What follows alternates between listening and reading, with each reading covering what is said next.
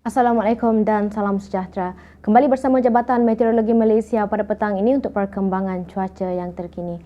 Paparan imej syaratan angin semasa menunjukkan keadaan angin ketika ini lebih dipengaruhi oleh angin dari arah timuran sebelum ianya berubah arah menjadi pelbagai hala melibatkan bahagian semenanjung Malaysia.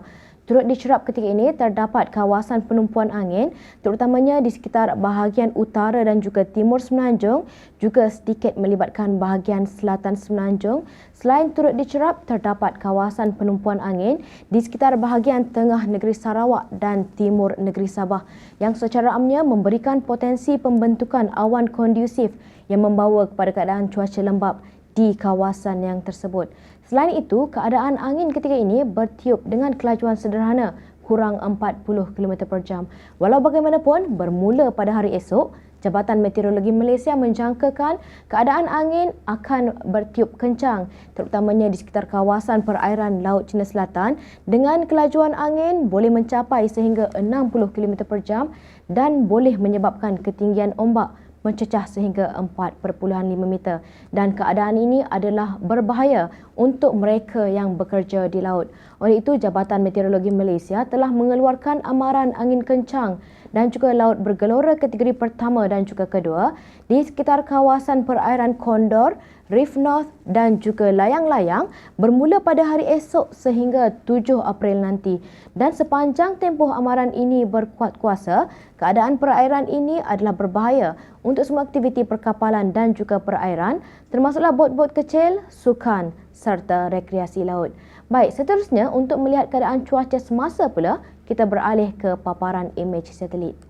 Baik, melalui paparan imej satelit yang terkini, diperhatikan ketika ini terdapat kelompok awan aktif yang tebal meliputi bahagian utara dan juga timur semenanjung, juga sedikit di sekitar bahagian selatan semenanjung. Selain dicerap, terdapat kelompok awan membawa hujan juga di sekitar bahagian barat negeri Sarawak dan meliputi hampir ke semua bahagian di negeri Sabah yang menunjukkan keadaan cuaca lembap yang berlaku di kawasan tersebut pada ketika ini mungkin boleh berlaku dengan lebih lama iaitu sehingga ke malam nanti. Dan hal ini juga dapat kita lihat melalui paparan imej gemar radar semasa di mana diperhatikan keadaan hujan lebat beserta rebut petir yang berlaku sejak dari awal petang tadi di sekitar bahagian utara semenanjung masih lagi sedang berlaku terutamanya di sekitar negeri Kedah, Perak, dalaman negeri Kelantan, negeri Terengganu, Pahang dan juga beberapa daerah di negeri Selangor, negeri Sembilan dan juga Johor. Selain itu, keadaan cuaca lembap juga turut dicerap di sekitar bahagian barat negeri Sarawak dan juga di hampir ke semua bahagian di negeri Sabah. Melalui paparan imej model yang terkini, menjangkakan keadaan hujan yang berlaku pada ketika ini boleh berterusan sehingga ke malam nanti terutamanya di sekitar bahagian utara dan juga timur semenanjung dan juga melibatkan bahagian barat dan juga timur negeri Sabah serta di sekitar bahagian limbang negeri Sarawak. Baik, ini sahaja ramalan cuaca yang dapat saya kongsikan pada petang ini.